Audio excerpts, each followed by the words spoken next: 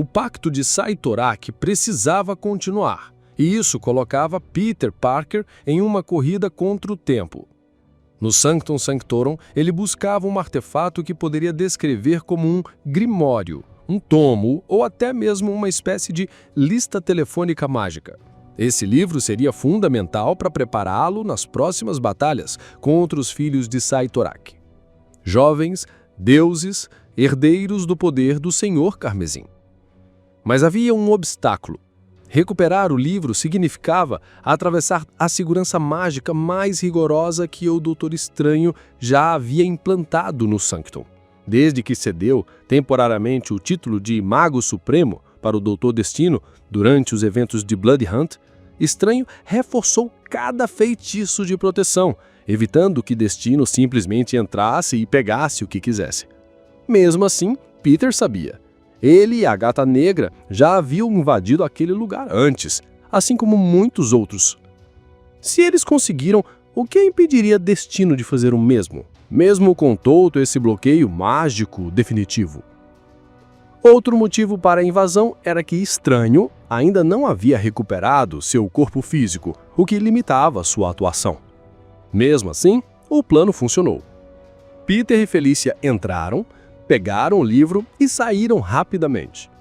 No caminho, um momento cômico. Peter gritou algo como "Janela maravilhosa quebrada, uhul!", ao que Estranho respondeu que aquilo não era feitiço algum.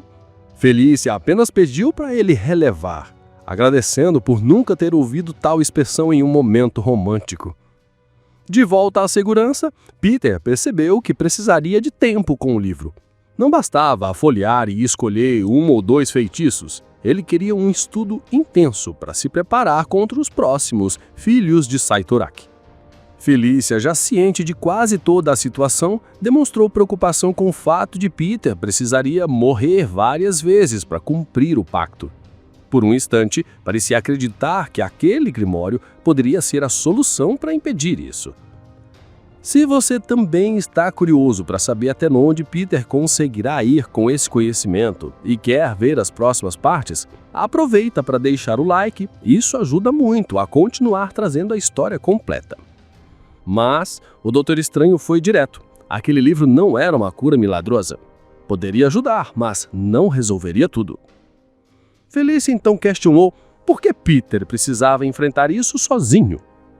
A resposta foi clara. Uma vez que o campeão da Terra é nomeado, ele deve cumprir o pacto. Qualquer envolvimento direto contra os filhos de Saitorak, por parte de outro mago, violaria o acordo. O máximo que Estranho poderia fazer, em sua forma astral, era orientar como um treinador à distância. E isso deixava Peter novamente diante do mesmo problema. Ele teria de enfrentar a ameaça sozinho, sabendo que sua morte era parte inevitável do caminho. Peter explicou a Felícia que possuía as canas de Ragador e que era graças a elas que conseguia voltar à vida. Antes de partir, Felícia fez um último comentário. Esperava que ele atendesse o telefone de vez em quando não estivesse em crise, e revelou que estava solteira novamente. Peter, pego de surpresa, apenas respondeu que havia bons aplicativos de namoro.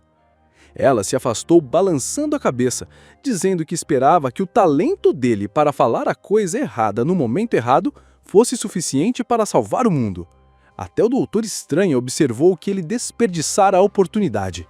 Peter, tentando disfarçar, pensou que talvez tivesse sido picado por um Romeu radioativo.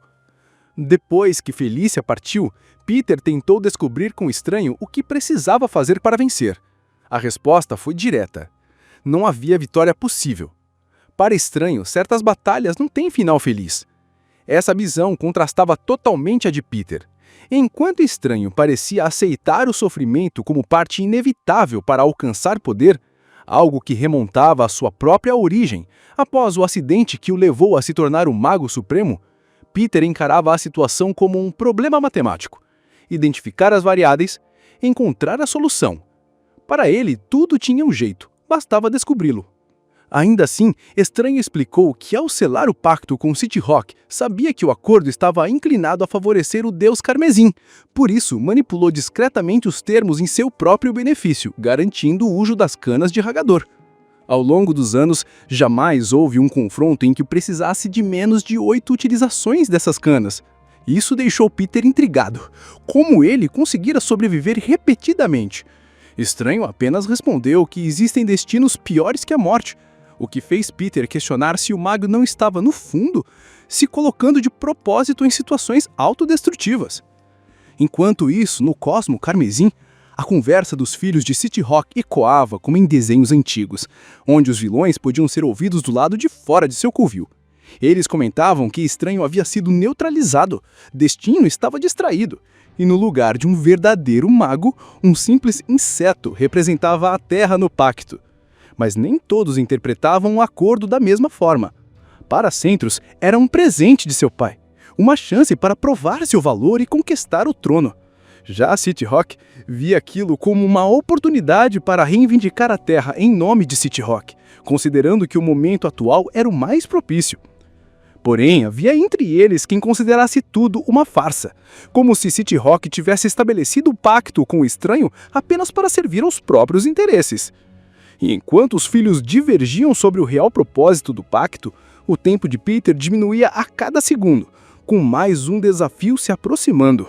Para um dos filhos de Cyttorak, todo aquele torneio não passava de entretenimento pessoal, e olhando de perto, todos ali estavam apenas representando papéis definidos por um humano.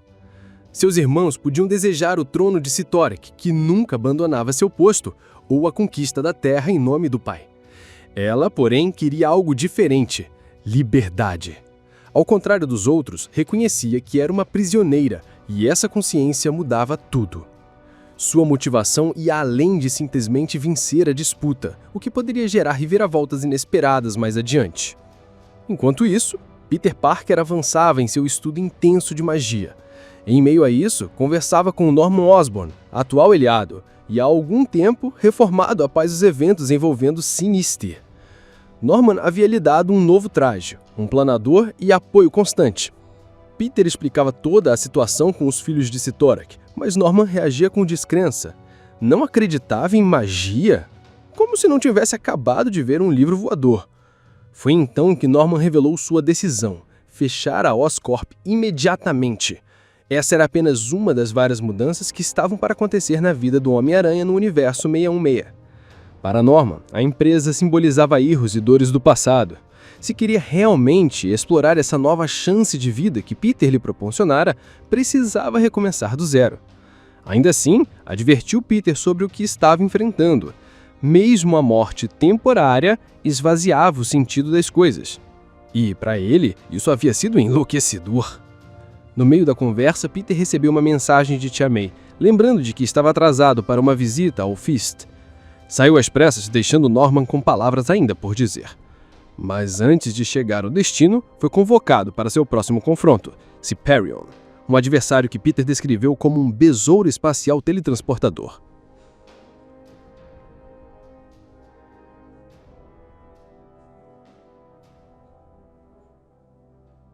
Durante o confronto, Peter foi observando padrões. Cyperion podia se teletransportar, anotado. Precisava da foice para isso? Não. Ela servia apenas para golpear, anotado também. Mas o adversário acabou revelando demais ao afirmar que o Homem-Aranha jamais o tocaria, pois havia criado um espaço infinitamente divisível entre eles, além de possuir infinitos locais para onde poderia enviá-lo total ou parcialmente. A declaração se confirmou quando Peter sentiu partes do próprio corpo sendo deslocadas para diferentes pontos do universo. A sensação era desorientadora, mas também lhe deu uma ideia. Ele prendeu Cyperion a si por alguns instantes, criando um vínculo direto. Onde um fosse, o outro também iria. Em seguida, invocou a garriola caleidoscópica de Keilun para conter o inimigo, usando-a também como provocação, já que Cyperion acreditava que a mente de Peter era limitada quanto ao entendimento do espaço e das dimensões infinitas. Cyperion avançou em direção ao microverso quântico, sem perceber que seguia exatamente o plano de Peter. Ele sabia, desde o início, que a cúpula não funcionaria. Estranho já havia o avisado. Também sabia que o inimigo não refletia profundamente sobre a própria habilidade, enquanto ele próprio pensava em física teórica com frequência. Entre essas ideias, existia um modelo do espaço-tempo que sugeria, ao viajar em linha reta no espaço, eventualmente se retornaria ao ponto de partida, ainda que levasse um tempo infinito. Peter acreditava que o mesmo poderia ser verdade com a escala, aumentar ou diminuir continuamente até retornar ao tamanho original. Era apenas um experimento mental, impossível de testar, a menos que alguém fosse um mago egocêntrico que mal havia ultrapassado a leitura sobre elétrons. A estratégia funcionou. Peter foi capaz de se tornar gigantesco e minúsculo ao mesmo tempo, vivenciando algo antes restrito à teoria. O resultado, porém, foi sua morte mais uma vez, desta vez pela dissolução instantânea de seus átomos através de uma dobra espacial infinitamente recursiva. Isso o enviou de volta a Phil, onde precisou gastar mais uma das varas de Haggador para retornar. De volta à vida, Peter se encontrou à mesa com Randy e Shay, ainda absorto.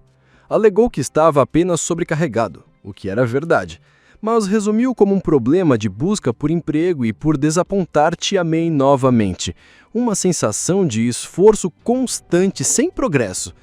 Eles tentaram animá-lo, e Randy comentou: "Se não pode sair disso, entra de cabeça."